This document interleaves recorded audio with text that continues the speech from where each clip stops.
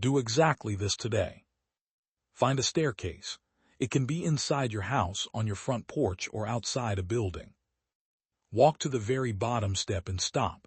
Stand perfectly still. Now, lift your right foot and place it flat on the first step. Do not push yourself up. Just leave your foot elevated on the step and your weight shifted slightly forward. Hold that position and listen to me very carefully. Pay absolute, hyper-focused attention to what is happening inside your mind and your knee in this exact moment. Notice the quiet, almost subconscious calculation running through your brain, that microscopic half-second of hesitation where your nervous system asks, is my knee going to hurt? Is my balance secure? Can my leg actually support this load? Now feel the physical tension. Even before you push up, feel the deep, mechanical demand wrapping around your kneecap. Feel the glute muscle in your elevated leg switching on. You do not feel this when you walk on a flat sidewalk. You only feel this when you face the stairs. You can put your foot back down now. You think that quiet hesitation is just a normal part of getting older. You carry around an incredibly dangerous assumption.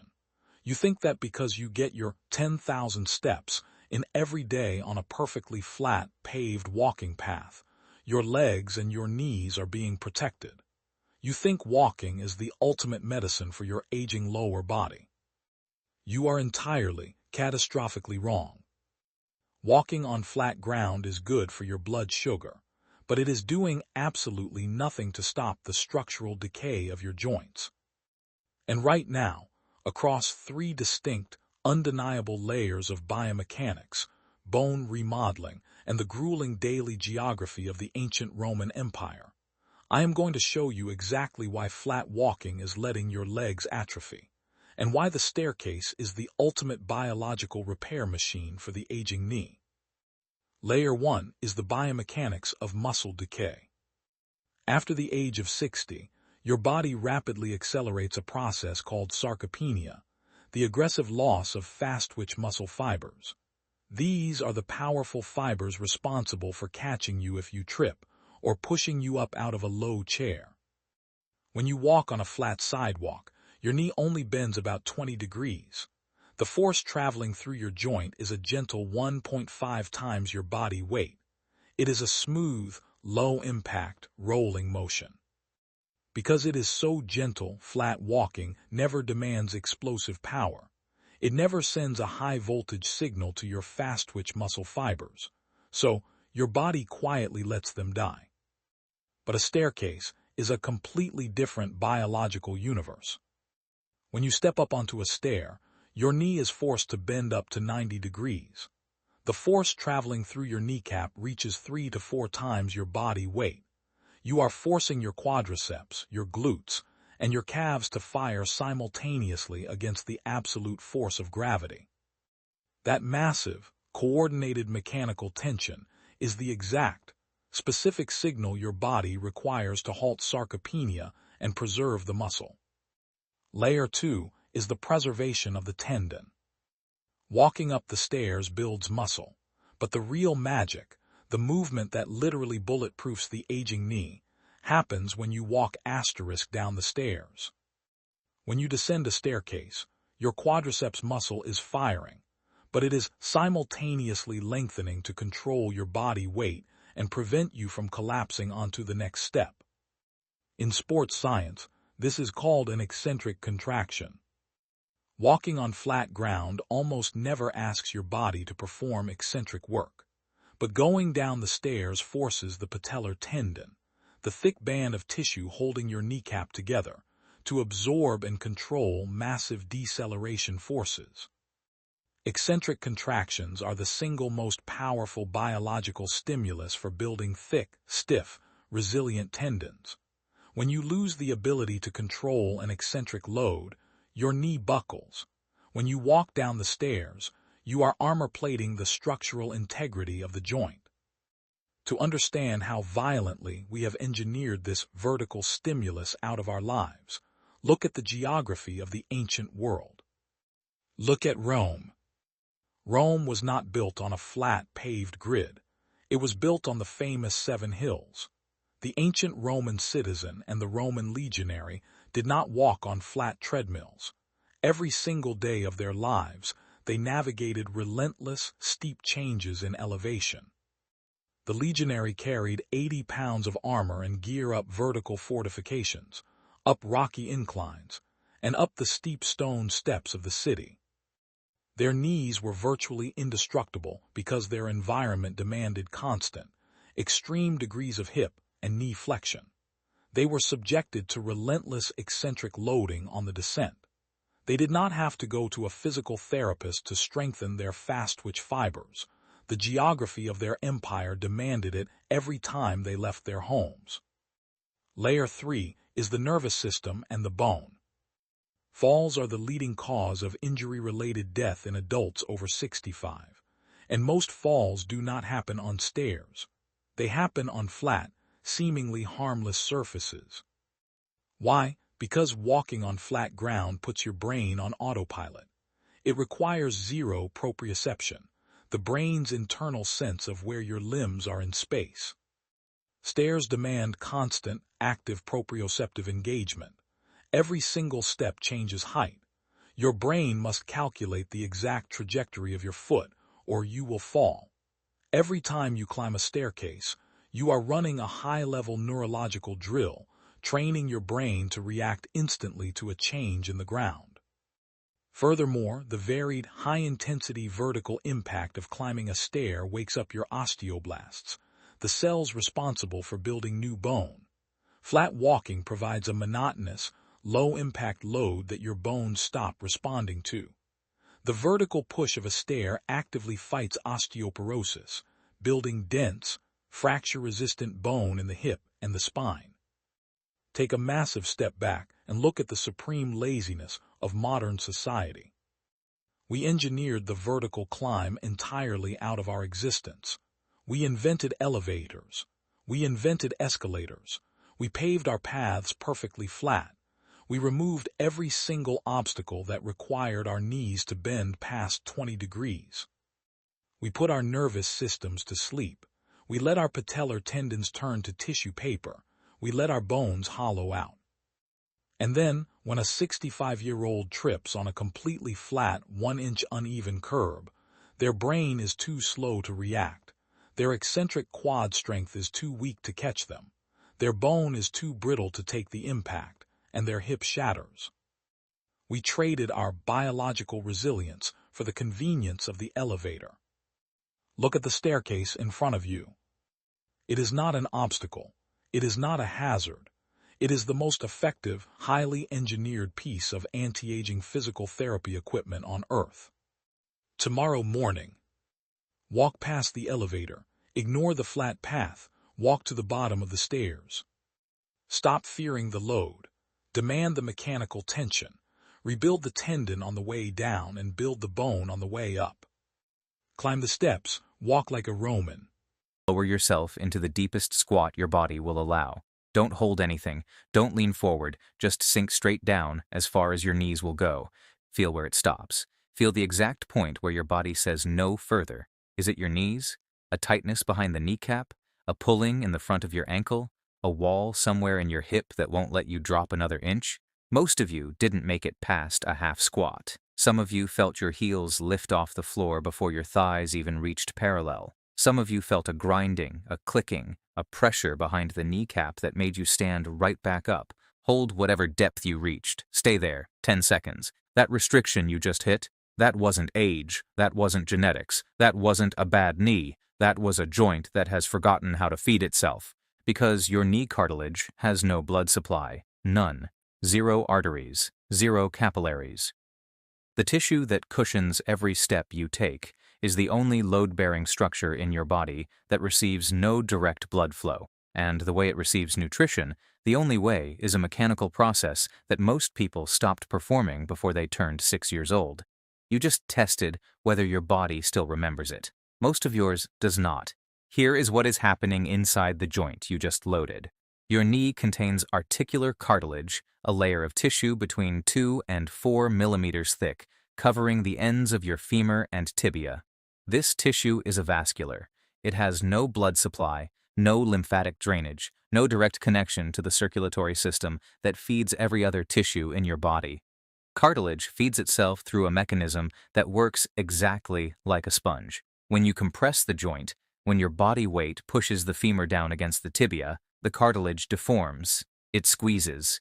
Waste fluid, loaded with metabolic debris, carbon dioxide, degraded proteoglycans, gets pushed out of the cartilage matrix into the joint cavity.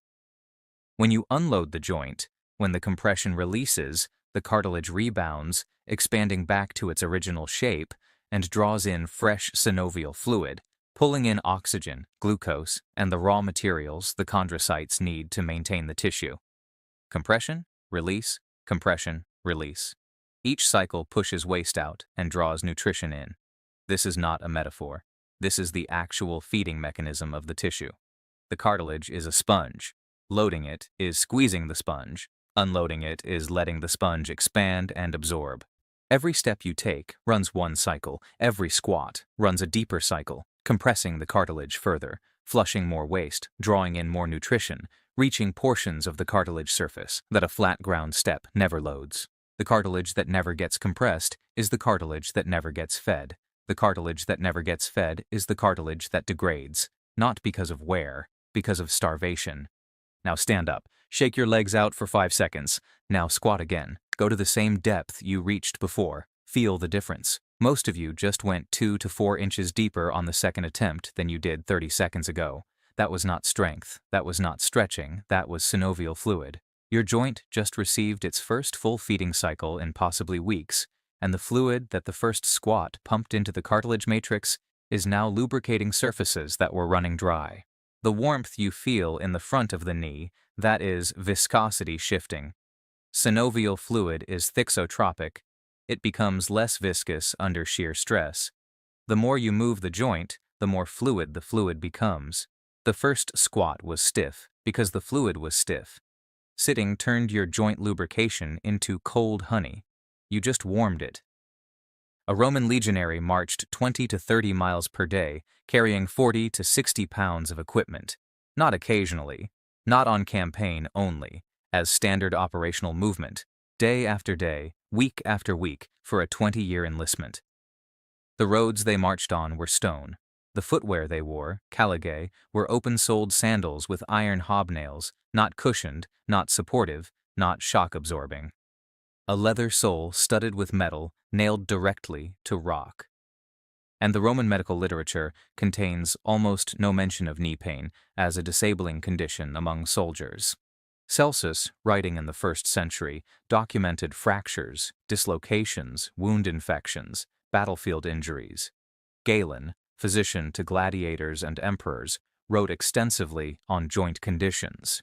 Knee degeneration as a chronic complaint among otherwise healthy adults is effectively absent from the classical medical record, not because Romans did not document illness. They documented everything. It is absent because it was not occurring at the rate we see today. A modern office worker walks approximately 3,000 to 4,000 steps per day. A Roman legionary exceeded 40,000. But the difference is not simply volume, it is variety. The legionary's day contained deep squatting to make camp, to cook, to relieve himself. There were no chairs and no toilets at field height. It contained lunging over uneven terrain. It contained sustained loaded walking that cycled every joint through its full range under resistance, compressing and releasing cartilage across the entire articular surface, not just the narrow strip that flat ground walking on a level floor in a cushioned shoe contacts. The Roman knee was fed continuously. Every surface, every angle, every depth of the cartilage received compression and release cycles throughout the day. The sponge was being squeezed from every direction. No zone starved. Your knee gets loaded in one narrow range. The same 15 degrees of flexion, step after step, on a flat surface, in a shoe that absorbs the very compression signal the cartilage needs to trigger fluid exchange. The same thin strip of cartilage surface gets loaded monotonously while the rest of the articular surface sits uncompressed, unfed, slowly degrading in the synovial fluid equivalent of a stagnant pond. The Roman knee did not survive because Romans were tougher. It survived because the movement diet was complete. Every angle was fed, every surface was loaded. The cartilage received what the physics of its own tissue required, compression and release across the full articular surface every single day. Now, here is what the modern world did to the knee. The chair arrived, not as a convenience, as a cage. The standard sitting position holds the knee at approximately 90 degrees of flexion. Static. Unloaded. No compression, no release, no fluid exchange. The cartilage sits in a bath of its own metabolic waste, slowly degrading, while the muscles that stabilize the joint atrophy from disuse. The cushioned shoe arrived, not as protection, as insulation. A thick foam sole absorbs the ground reaction force that the cartilage needs to trigger its feeding cycle. The impact signal that the joint is designed to receive, that compresses the tissue and drives fluid exchange, gets intercepted by 2 inches of petroleum-based foam before it ever reaches the joint. You were told the cushioning protects your knees. The physics says the opposite. The cushioning starves them. The toilet arrived, the deep squat, the resting position that every human culture maintained until the 19th century, the position that loads the knee through its full 140 degrees of flexion and compresses cartilage surfaces that no other position reaches, was replaced by a porcelain seat at chair height. The deepest your knees flex in a modern Western day is the moment you sit down and the moment you stand up, 90 degrees. Briefly, twice. A Roman legionary's knees moved through their full range under load dozens of times per day as a byproduct of existing. Your knees haven't been past 90 degrees since you were a toddler on the floor. But the cartilage starvation is only the first mechanism, because the joint that sits at 90 degrees all day is also losing the muscle that protects it from the inside. Place your hand on the inside of your knee right now, just above the kneecap on the inner side of your thigh. That soft area. Now straighten your leg fully and squeeze. Push the kneecap toward your hand by contracting the thigh as hard as you can. Feel for a bulge under your fingers, a muscle tightening. Some of you will feel a strong contraction. Many of you will feel almost nothing. The tissue under your hand will remain soft. That is your vastus medialis oblique, the VMO. The innermost head of your quadriceps, and the single most important muscle for knee stability you have never heard of. The VMO's primary function is to pull the kneecap medially, inward, tracking it properly through the femoral groove during every step, every squat, every stair. When the VMO is strong, the kneecap glides smoothly. When the VMO atrophies, the kneecap drifts laterally, pulled outward by the stronger outer quad, and begins grinding against the lateral wall of the femoral groove. That grinding is the clicking you felt when you squatted. That pressure behind the kneecap was the patella tracking incorrectly because the muscle responsible for pulling it into alignment has wasted away from years of 90-degree sitting that never engages it. The VMO activates most strongly in the final 30 degrees of knee extension and in deep flexion below 90 degrees. The 2 ranges that modern life has eliminated. You never fully straighten your knee under load because you sit and stand without locking out. You never go below 90 degrees because there is no deep squat in your day. The VMO fires in the ranges you never visit, so it atrophied. A Roman legionary engaged his VMO thousands of times per day. Full extension on every marching step, deep flexion on every squat. The muscle was continuously loaded in both ranges. The kneecap tracked perfectly because the muscle pulling it into alignment was never given a reason to atrophy. Your VMO disappeared because your environment stopped asking for it. The chair stole deep flexion. The cushioned shoe stole full extension impact. The 2 movements the VMO depends on were removed from your life, and the muscle followed. Now do this, stand up. Place 1 foot on a step, a stair, a low chair, anything 6 to 12 inches high. Now step up fully, lock the knee completely at the top, squeeze the quad, hold for 2 seconds, step back down slowly. Do 5. Feel the inside of the knee at the top of each rep. That contraction, when you lock out fully and squeeze, that is the VMO firing. Many of you have not felt that muscle activate in years. The burning you feel on the inner thigh after 5 reps is not pain. It is a muscle waking up. But the VMO is only the second mechanism. Because the joint above the knee and the joint below the knee are both contributing to its destruction, and the one below is the one nobody talks about. Do this. Stand with your toes 3 inches from a wall. Keep your heel flat on the ground. Now drive your knee forward, trying to touch the wall with your kneecap without lifting your heel. If your knee touched the wall, you have adequate ankle dorsiflexion. If it did not, if your heel lifted before contact or your knee stopped short, your ankle lacks the range of motion to absorb the forces walking sends into your leg, and every step you take is redirecting that force into your knee instead. The ankle is designed to dorsiflex between 15 and 20 degrees during walking gait. This range allows the shin to travel forward over the foot during mid-stance, absorbing and distributing ground reaction force through the ankle mortise, the talus, the spring ligament, the Achilles tendon. When ankle dorsiflexion is restricted, typically below 10 degrees, the shin cannot travel forward far enough. The body compensates. The knee takes the load the ankle refused. The knee hyperextends slightly at heel strike, or the foot pronates excessively, or the gait shortens, or some combination of all three, and in every case, the knee receives force vectors it was not designed to handle because the joint below it lost the range to do its job. A Roman legionary in flat hobnailed sandals on stone roads had full ankle dorsiflexion. The foot moved. The ankle flexed. The shin traveled forward freely. Force distributed correctly. You, in a heeled shoe with a rigid sole, have an ankle that has been held in plantar flexion since adolescence. The Achilles tendon shortened.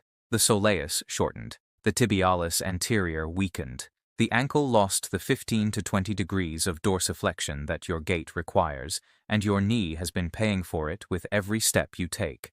The wall test you just did measured this directly. If your knee did not touch the wall, your ankle is sending excess force to your knee on every single step.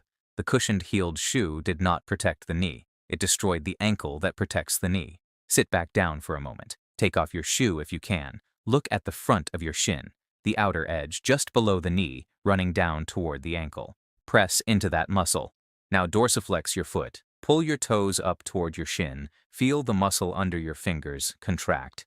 That is your tibialis anterior. It is the muscle that lifts the front of your foot, controls the rate at which your foot lowers to the ground after heel strike, and decelerates the shin during every step you take.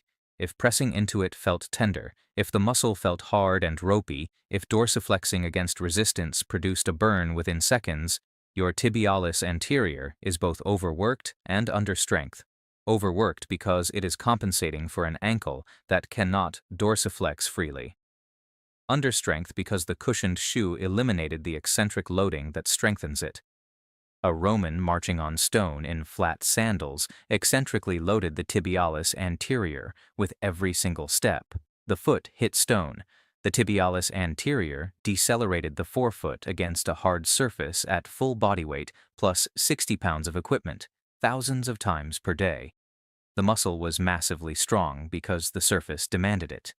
Your tibialis anterior decelerates your forefoot against foam. The cushion does the work the muscle was supposed to do. The muscle weakened because the shoe stole its job, and the weakened muscle stopped controlling shin deceleration, which transferred force to the knee, which accelerated cartilage wear in the compartment that was already starving from lack of deep compression cycles. Do this. Stand up. Lean your back against a wall. Now lift both forefeet off the ground, keeping heels down, and lower them back slowly. Repeat for 30 seconds without stopping. The burn that begins in the front of your shins within 10 to 15 seconds is the tibialis anterior failing under a load it was designed to handle thousands of times per day. The muscle is that weak, and every step you take on a cushioned surface, instead of training this muscle, sends its workload directly into the knee. Now stand for a moment and feel what has happened inside both knees since this started. The warmth in the joint, the looseness you did not have 8 minutes ago, the depth of squat that increased between your first attempt and now. Something shifted, not because you did an hour of physical therapy, because you compressed the cartilage, pumped the fluid, fired the VMO, loaded the tibialis anterior, and tested ankle dorsiflexion in a combined total of less than 3 minutes of actual movement spread across the length of this conversation. 4 mechanisms. running simultaneously from movements that took less than 60 seconds total. The cartilage sponge compressed and released, flushing waste and drawing nutrition into a tissue that was sitting in stagnant fluid. The VMO fired through full extension for the first time in potentially months, pulling the kneecap back toward proper tracking. The ankle, tested and mobilized against the wall, beginning to open the dorsiflexion range that takes load off the knee with every step. The tibialis anterior, eccentrically loaded for 30 seconds, awakening the shin muscle that decelerates gait forces before they reach the joint. A Roman legionary did not know these names. He did not know the cartilage was avascular. He did not know the VMO tracked the patella. He did not understand ankle dorsiflexion ranges or tibialis anterior eccentric loading. He did not need to. His environment applied all four mechanisms continuously as a byproduct of marching, squatting, walking on stone, and wearing flat sandals. The movements were not exercises. They were life. Your environment removed all four simultaneously. The chair eliminated deep flexion. The cushioned shoe eliminated impact loading. The heel eliminated dorsiflexion. The toilet eliminated the resting squat. And within 2 generations, knee degeneration went from a rare condition in the historical medical record to the single most common joint complaint in orthopedic medicine. The knee did not become weaker. The environment stopped feeding it. Now, the evidence calibration, because these mechanisms sit at different levels of certainty and you should know which shelf each one occupies. The cartilage nutrition through compression and release is established biology. Avascular cartilage relies on mechanical loading for fluid exchange. This is in every orthopedic physiology textbook. Not debated. The VMO atrophy and patellar maltracking is well documented in clinical literature. Patients with patellofemoral pain consistently show VMO weakness relative to the vastus lateralis. The mechanism is measured. The rehabilitation protocols targeting VMO activation are standard practice. The ankle dorsiflexion and knee load transfer is supported by biomechanical research. Restricted dorsiflexion correlates with increased knee valgus, altered gait mechanics, and elevated patellofemoral joint stress. Multiple studies, consistent findings. The historical claim that Roman legionaries experienced less chronic knee degeneration than modern sedentary populations is an inference from the archaeological and textual record. Skeletal analyses of Roman-era remains show robust joint surfaces with less degenerative change than age-matched modern samples, but sample sizes are limited and confounding variables exist. The historical medical texts show an absence of chronic knee complaints as a major theme, which is suggestive but not conclusive. The claim is consistent with the biomechanical evidence. It is not proven in the way the cartilage physiology is proven. Hold the distinction. What is certain is the physics. Cartilage needs compression cycles. The VMO needs deep flexion and full extension. The ankle needs dorsiflexion. The tibialis anterior needs eccentric load. These are measurable, trainable, and independent of whether Roman legionaries had perfect knees or merely better ones than ours. Squat one more time, right now. Same test as the beginning. Feel the difference. The depth you can reach now versus 8 minutes ago. The smoothness in the joint. The reduction in clicking. The warmth that tells you fluid is moving through a tissue that was starving when you pressed play on this video. That depth you just reached is not your limit. It is your floor. The range of motion you recover becomes the range of motion you keep if you load it. Not in a gym, not with a program. As a daily pattern. 1 deep squat when you wake up, 1 wall test for each ankle, 30 seconds of tibialis raises against a wall, 5 step-ups with a full lockout squeeze at the top, 90 seconds, total, performed the way a Roman legionary performed them, not as exercise, as the way a body is supposed to move through a day. The cartilage is a sponge. Squeeze it. Let it fill. The VMO tracks the kneecap. Fire it. The ankle absorbs the force. Open it. The tibialis anterior decelerates the shin. Load it. The knee was never the problem. The knee was the victim. The crime was committed by the chair, the cushion, and the heel. The sentence was starvation, and the pardon is 90 seconds of movement your skeleton was waiting for. Drop into that squat 1 more time. Go 1 inch deeper than you did a moment ago. Your knees do not need less use. They need more. They need what the Romans gave them without thinking. Every surface loaded, every range visited, every cycle completed. 60 seconds of what you just did,